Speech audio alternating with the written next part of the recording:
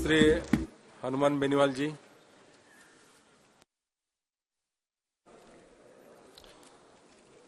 सभापति महोदय, सबसे पहले तो मैं आपको बधाई दूंगा कि सभापति पैनल के अंदर आज आप यहाँ विराजे और मुझे बोलने का आपने समय दिया। बहुत बहुत बधाई अप्पा बारने साहब को।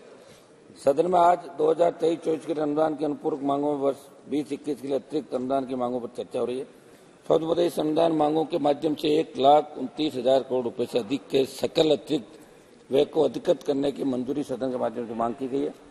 इस चर्चा को लेकर जब मैं समाचार पत्रों में डिजिटल एडिशन को देख रहा था, उसमें बात सामने आई कि संसद में प्रस्तुत दस्तावेज के अनुसार प्रस्ताव में 58,378.21 करोड़ रुपए का कुल नकदी व्यय शामिल है।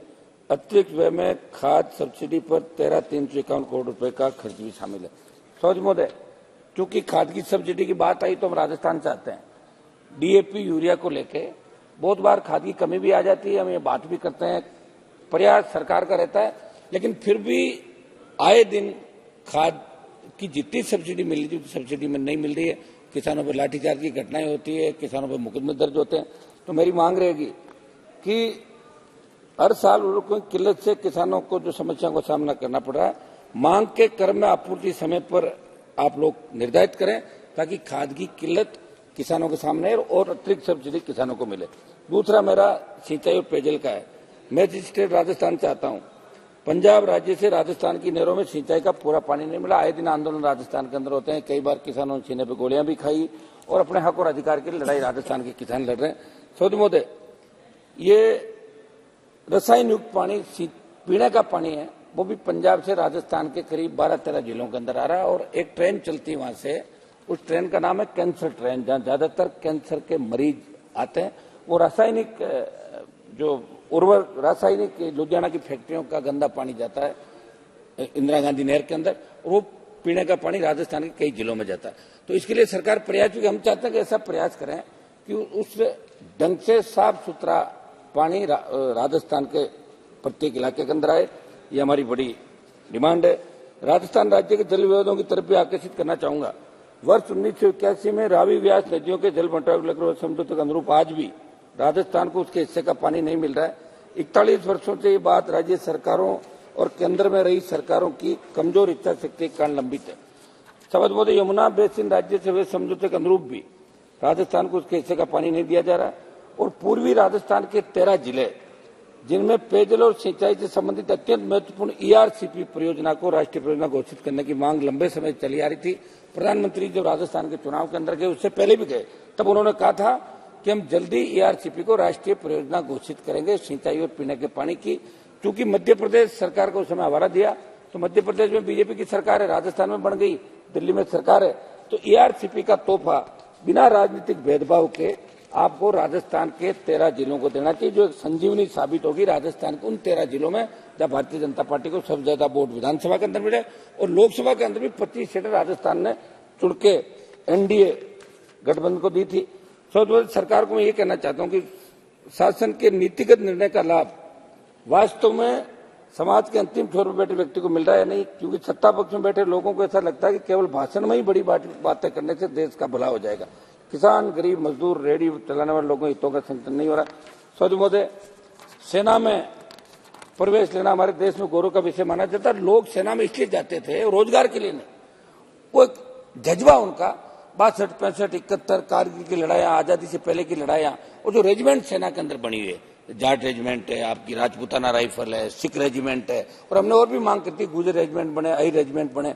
जो जातियां लड़ना चाहती है और नौजवानों के अंदर एक इच्छा होती है कि हम सेना के अंदर जाकर देश के लिए समर्पित होंगे, लेकिन अग्निपथ जो योजना आई उसका हमने बार बार यहाँ विरोध किया, ऑल पार्टी मीटिंग में विरोध किया। 4 साल के लिए संविदा पे सेना को ठेके पे दिया। मैं इसका विरोध करता हूं। मैं मांग करता हूं कि अग्निपथ योजना को सरकार वापिस ले, नहीं तो लोकसभा चुनाव के अंदर इनके गले की ये फांस बढ़ सकता है। ये मेरी मांग सरकार से रहेगी और इसको लेकर हमने लगातार आंदोलन किया, आगे भी हम करेंगे। महंगाई से आम आदमी सभापति महोदय त्रस्त है।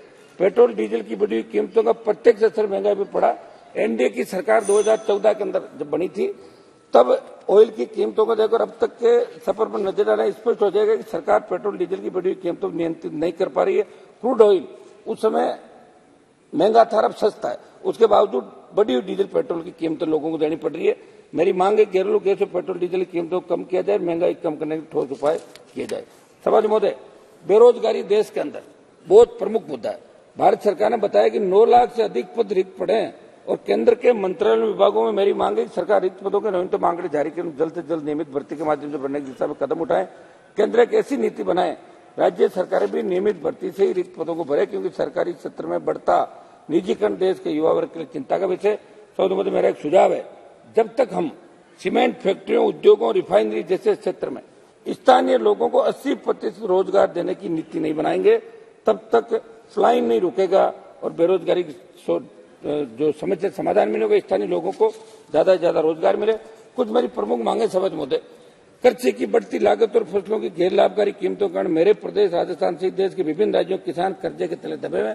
आपका भी प्रयास रहा, हमने भी प्रयास किया, कर्ज माफी के आंदोलन को देश में हवा मिली। हम चाहते हैं कि प्रधानमंत्री जी देश के किसानों का संपूर्ण कर्जा माफ करें, जिस तरह पिछले 15-16 साल के अंदर धन्ना सेठों का कर्जा माफ हुआ है 5 लाख करोड़ से ज्यादा, वो राजस्थान और देश के किसान का कर्जा माफ हो।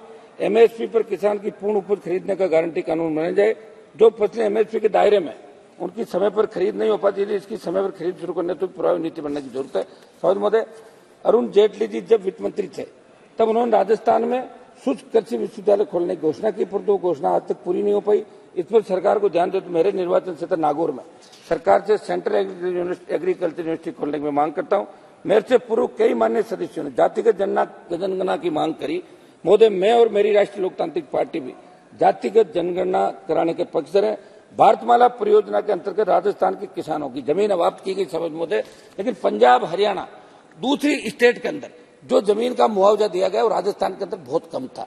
जब हम गडकरी जी से, मेरे 1 मिनट समाप्त करूंगा, गडकरी जी से हम इस मामले के अंदर मिले, उन्होंने कहा कि राजस्थान की सरकार नहीं कर रही है। अब जो राजस्थान में भी आपकी सरकार है, दिल्ली में आपकी सरकार है, आप उन किसानों को जिनकी जमीन आपने अवाप्त की, बेघर हो गए, उनकी सस्ती कीमत में उनको दुगनी तिगनी रेट से पंजाब हरियाणा की तर्ज पे 1 मिनट उनको मुआवजा आप राजस्थान के किसानों को भारतमाला की जो जमीन हुई है उसके अंदर से केंद्रीय सशस्त्र पुलिस बलों से सभी केंद्रीय कर्मियों को ओल्ड पेंशन योजना लागू करने का कदम उठाए जाए।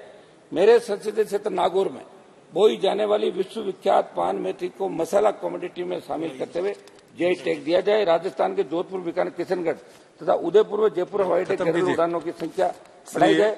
समझ मतलब 1 मिनट इम्तियाज जलील, एक मिनट लास्ट अंत में 1 मिनट साहब, एक मिनट आप बैठे 1 मिनट तो दो मेरे। अंत में मैं कहना चाहूंगा कि जब तक हम नीति निर्माण में किसानों, गरीबों और मजदूरों को नहीं शामिल करेंगे तब तक देश में सही मायनों में अमृतकाल नहीं हो पाएगा।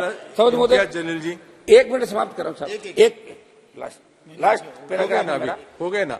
देखिए, किसान आंदोलन के समय सरकार ने किसानों के साथ जो समझौता उसके अंदर ही बात करी थी, जलील जी, किसानों की सारी मांगे मानी जाएगी। दुर्भाग्य से आज तक इस बात में क्रांति मांग रहेगी कि किसानों की सारी मांगे मान के उस समझौते की क्रांति सरकार करे।